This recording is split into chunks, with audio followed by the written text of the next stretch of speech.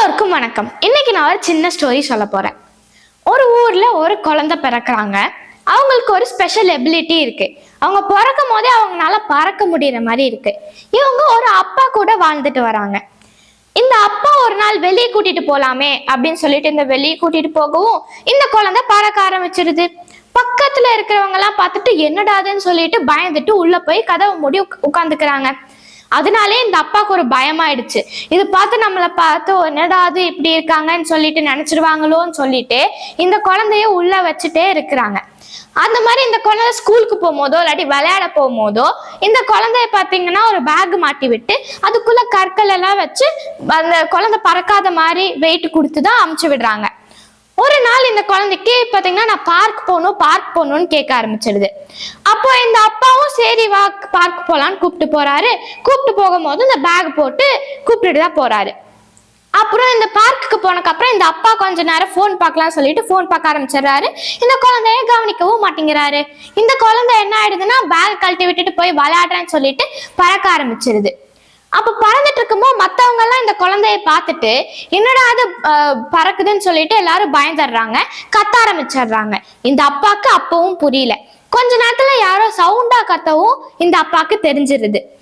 அப்புறம் தான் இந்த அப்பாக்கு பாக்குறாரு, இந்த மாதிரி குழந்தை பறந்துட்டு இருக்குதுன்னு தெரிய வருது.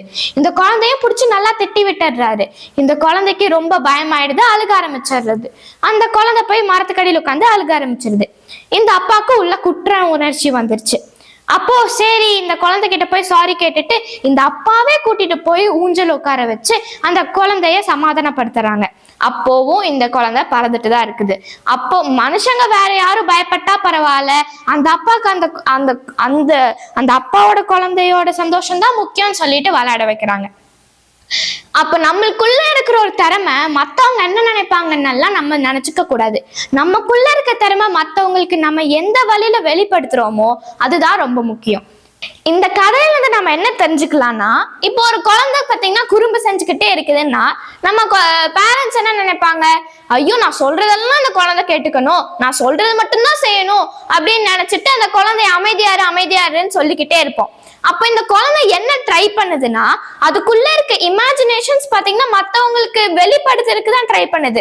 ஆனா நம்ம என்னமோ குறும்பு செய்யறாங்க அப்படின்னு சொல்லிட்டு நம்ம அமைதியாருன்னு அடக்கி வச்சுட்டே இருந்தோம்னா என்னைக்குமே அவங்களோட இமேஜினேஷன் வளராது.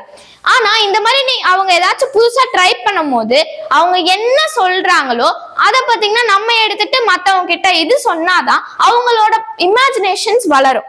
இப்ப பாத்தீங்கன்னா ஒரு குழந்தை பேசிக்கிட்டே இருக்குதுன்னு வச்சுக்கலாம். அதுல இருந்து நம்ம என்ன தெரிஞ்சுக்கலாம், அந்த குழந்தைக்கு பாத்தீங்கன்னா அதுல பேசுற திறமை இருக்குன்னு நினைச்சுக்கலாம். தொண பேசுவாங்க தான், ஆனா அதுல இருந்து நல்லது மட்டும் நம்ம அவங்களுக்கு சொல்லி கொடுத்து அவங்க கெட்டது என்ன பண்றாங்கன்னு அவங்களுக்கு புரிய சொல்லி அப்புறம் அவங்க அதுல இருக்க கரெக்டான இது மட்டும் பண்ணாங்கன்னா அவங்களோட இமேஜினேஷன்ஸ் கண்டிப்பா வளரும். உங்களிடமிருந்து விடைபெறுவது உங்கள் சஞ்சீவ்னி. நன்றி, வணக்கம்.